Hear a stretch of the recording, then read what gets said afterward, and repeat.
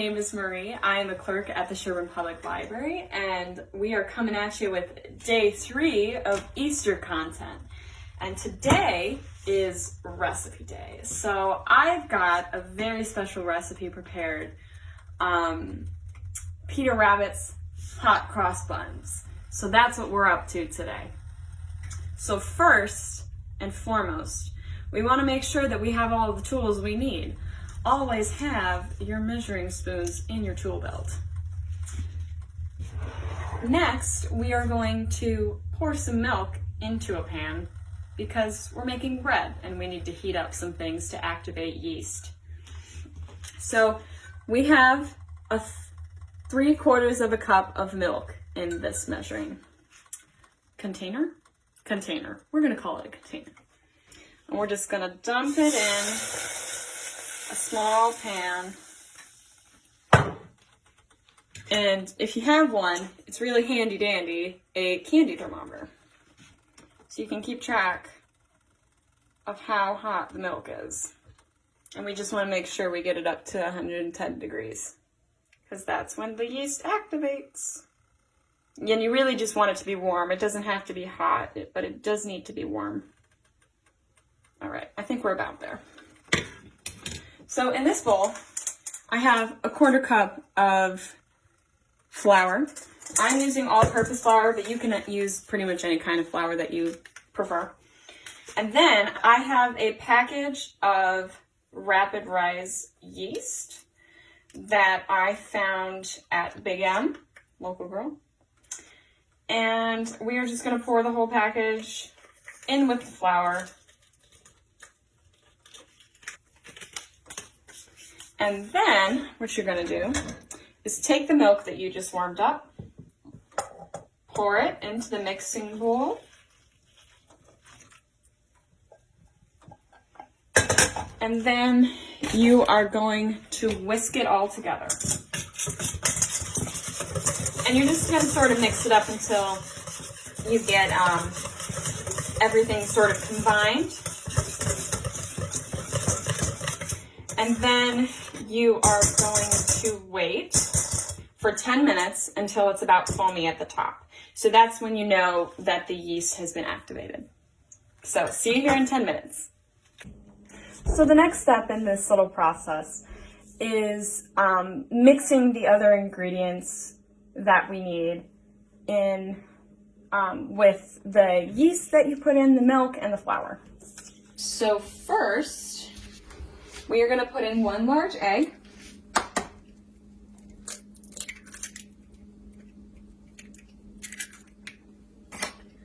We are going to put in 5 tablespoons of granulated sugar. And then we are going to put in a teaspoon of nutmeg. And a teaspoon of cinnamon.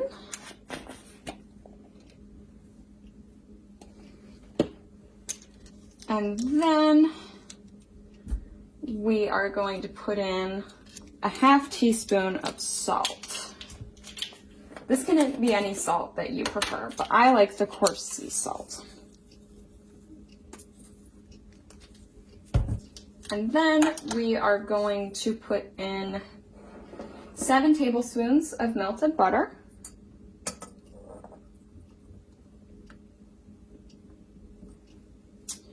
And then we're gonna zest some lemon and some orange. I don't have a lemon zester on hand, so this is what's gonna be our friend today. So just sort of do what feels right, you know?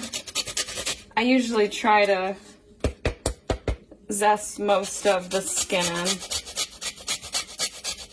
because it feels wasteful when you don't. And then we're gonna zest an orange.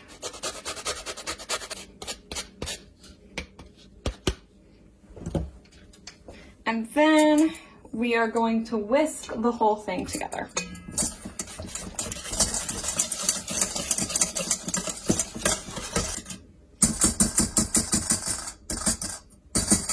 Next, we are going to pour this into a stand mixer with a dough hook attachment.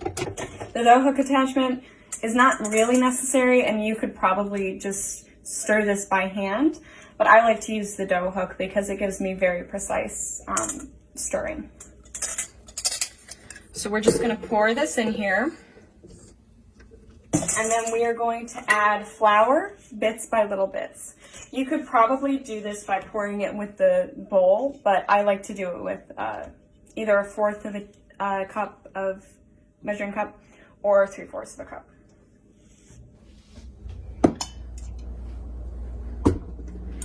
So you're going to set your stand mixer on.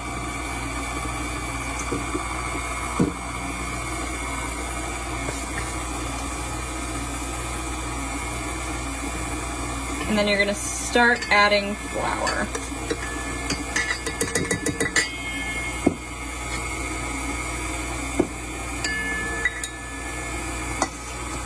This process takes a little bit of a while because you have to add it bit by little bit by little bit so it doesn't all congeal into one big floury mess.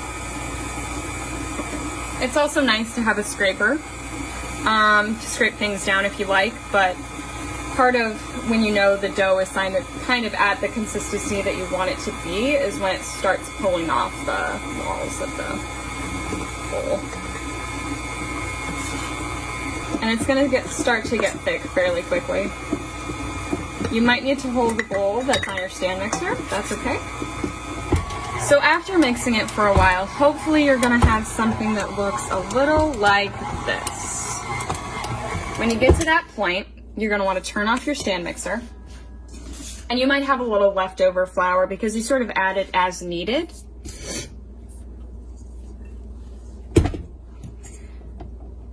And then you're going to take this and turn it out and use some of our extra flour onto the countertop. And then, of course, the part that people sometimes dread, time to knead. So your dough should be pretty soft, but to a point where you can still knead it.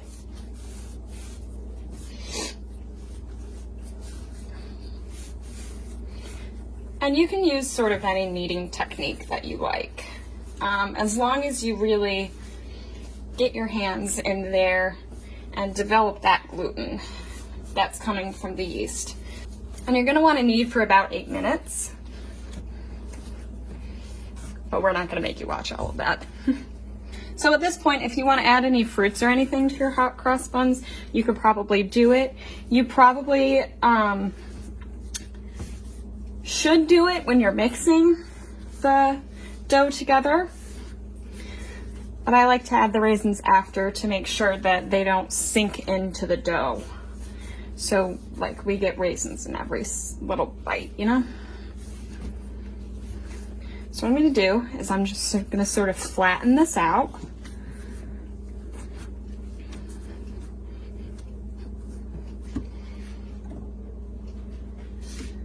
And I'm going to sprinkle on some raisins. And we're just going to work them in.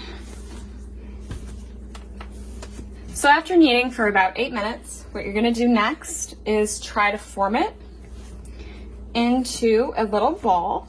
Well, little being a relative term, I suppose. Try to make sure that everything is incorporated. Try to roll it up into a ball. And then you're going to take it and you're going to place it in a lightly oiled pan or bowl. And then you're going to cover the dough with a towel and you're going to leave it to rest for 2 hours. Peter Rabbit, which is about this rabbit. So we're back. It's been 2 hours. We have let the dough rise a little bit, but of course, since this is not necessarily a bread dough, it's not going to rise as much as we would normally think that bread would rise. So what we're gonna do is we are going to turn out the dough onto my lightly floured surface that's right here. And we're just gonna knead it again.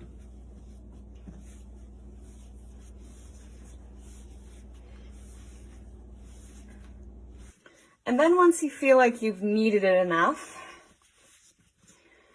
make sure everything is sort of worked in and put together. So once you get your dough to a fairly smooth consistency, what you're gonna wanna do is to try to flatten it out with your hands. You could probably do this with a rolling pin, but I like to do things the hard way. God knows why. I like my buns to feel a little homey, so I don't care if they're all sort of uneven. And then what you're gonna do is you're gonna try to separate your dough into as many pieces as possible. Some recipes actually call for like a certain amount, but you don't always get the yield that you think you will. So we're just gonna take a knife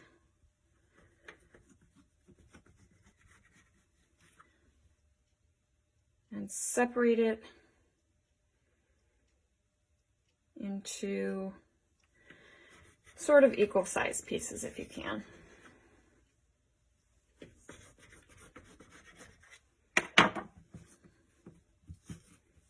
Those were not very equal, but that's okay. These don't have to be equal.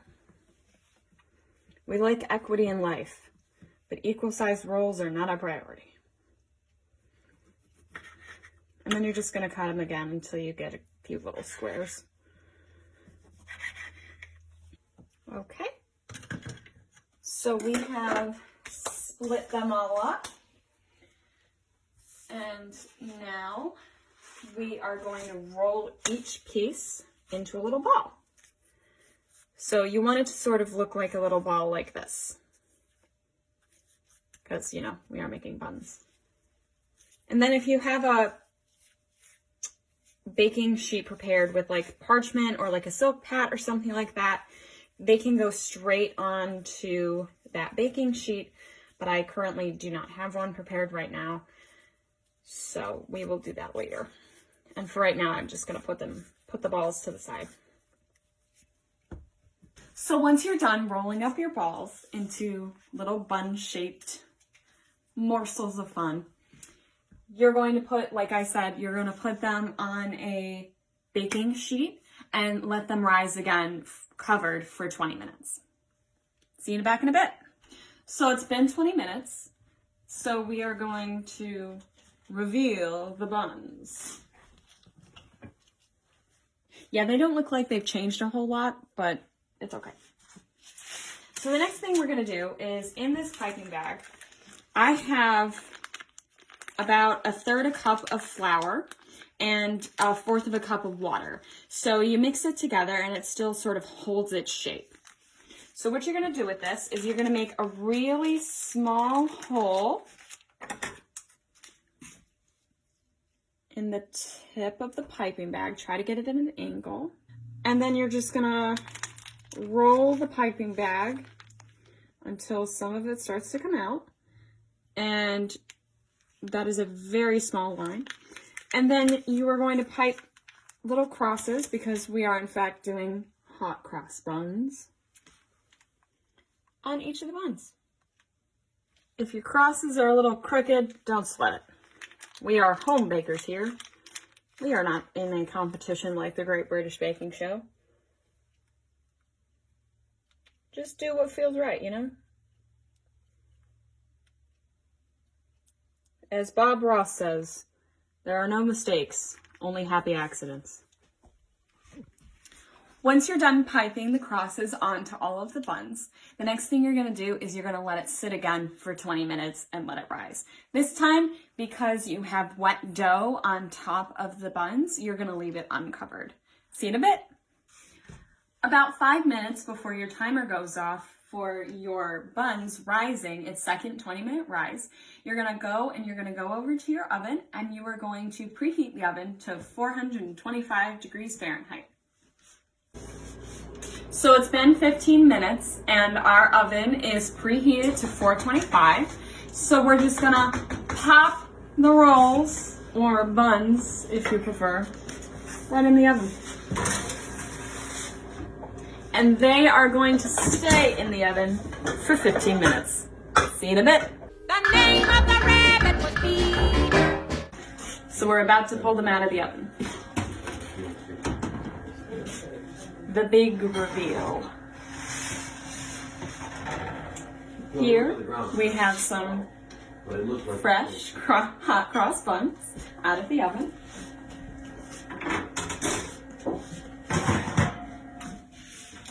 And I've made a quick glaze of sugar and water that I'm gonna put over top.